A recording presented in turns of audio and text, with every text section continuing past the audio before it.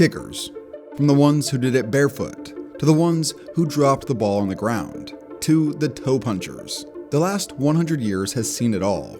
As much as any position in American football, place kickers have evolved just as much as the game has.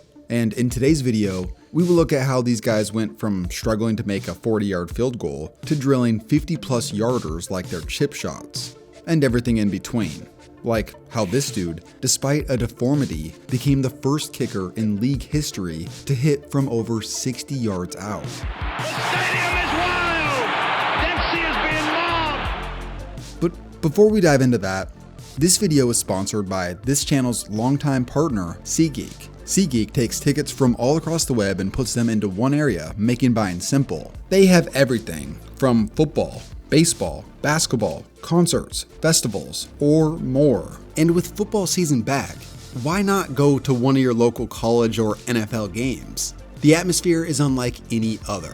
SeatGeek rates every ticket from 0 to 10 to make sure that you're getting a good deal, with green meaning good and red meaning bad. And for first-time buyers, use code KTO at checkout for $20 off your first purchase. Make sure to click the link in the description to download the app.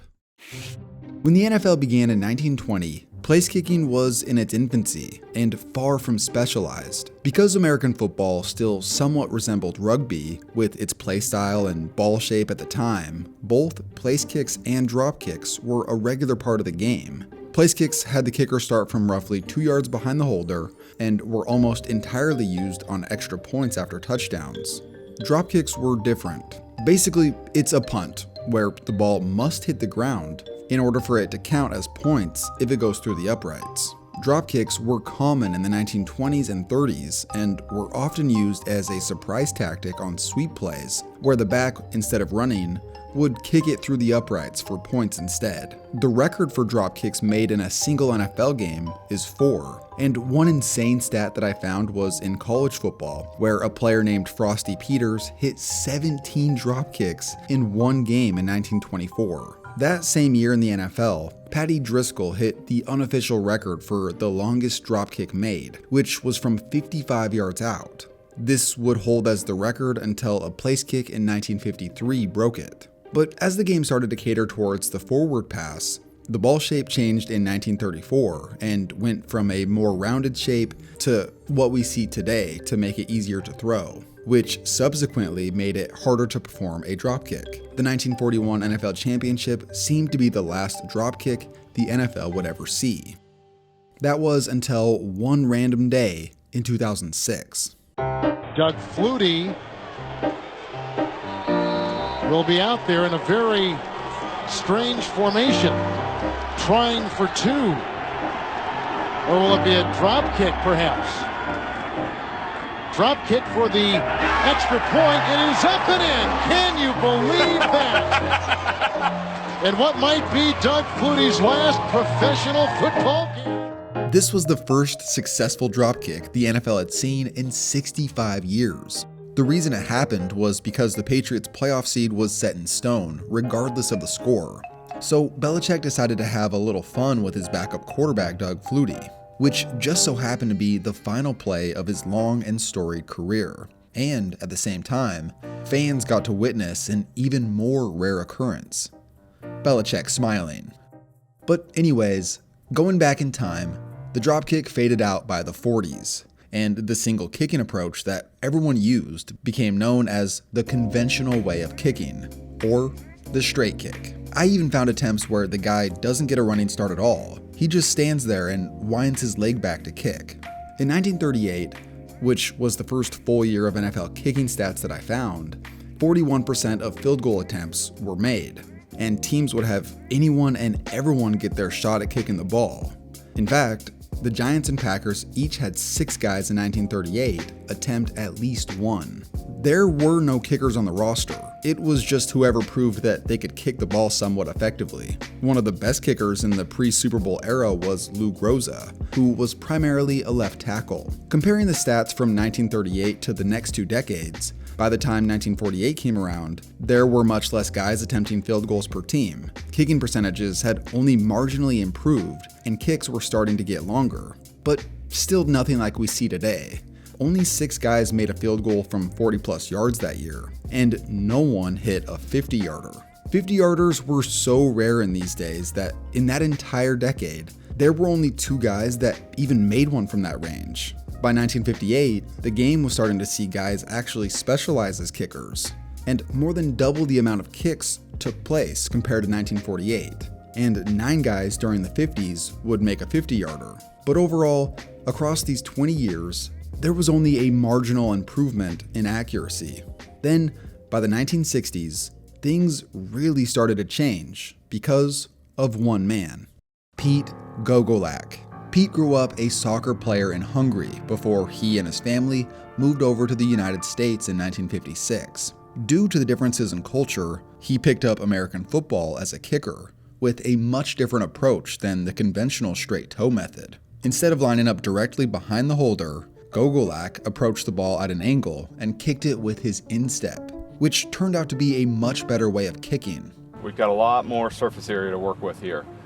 A lot more room for error, and a lot more power and consistency overall. Gogolak would go on to play college ball at Cornell, and he performed well enough to get drafted into the AFL, the other pro league at the time, by the Buffalo Bills. From there, he pretty much shocked everybody. In 1965, he led the AFL in field goals made, and went on to be named an All-AFL player.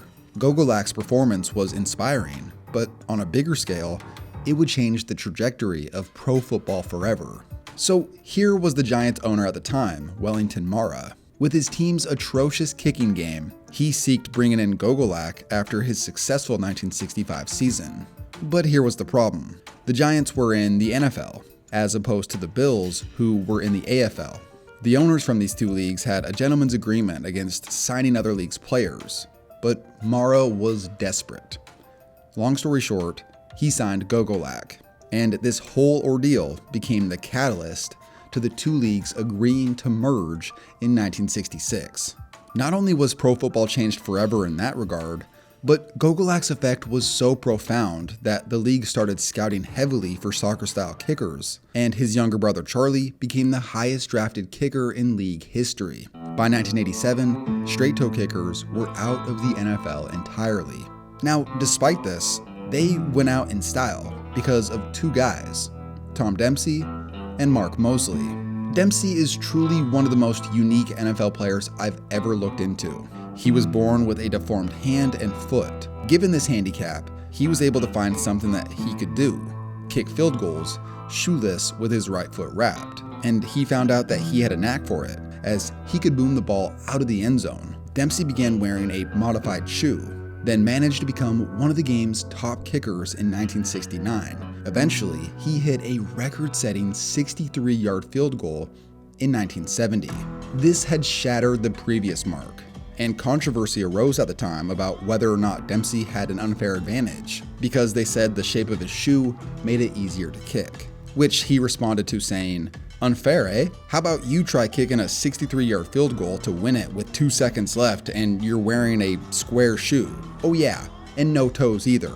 Ultimately, the NFL did decide that he had an unfair advantage, which was later proven incorrect, and they made 2 rule changes. First, they moved the goalpost back from the goal line to the back of the end zone. Then later, they added the Tom Dempsey rule, where any shoe that is worn by a player with an artificial limb on his kicking leg must have a kicking surface that conforms to that of the normal kicking shoe. Overall, Dempsey lasted 12 years in pro football, and his record for the longest field goal in NFL history lasted 43 years. The other straight-toe kicker that I mentioned was Mark Moseley. By 1982, every kicker in the NFL was a soccer-style kicker, except for this guy. Despite being the last of his kind, Moseley showed how much he had perfected his craft, and during a shortened regular season in 1982, Moseley drilled an exceptional 95% of field goal attempts. This was the best in the NFL, and his impact was so profound that he went on to win league MVP. He's the only kicker and specialist overall to win MVP. He would last until 1986, and he retired as the final straight-toe kicker the league would ever see. Around that same time the NFL straight-toe kickers went extinct, another breed of kickers appeared. After soccer style took over, because of the poor quality of shoes at the time, some guys felt that they could make consistently better contact with no shoe on. And at the NFL level, there ended up being 7 guys who kicked barefoot. The amazing thing was that they would do it in all weather conditions, including snow. The first of these guys was Tony Franklin, who was drafted in 1979, and the final barefoot kick was made in 2002 by Jeff Wilkins. Looking back, they popped up out of nowhere, and some went on to have some real success. So why did they only last around 2 decades?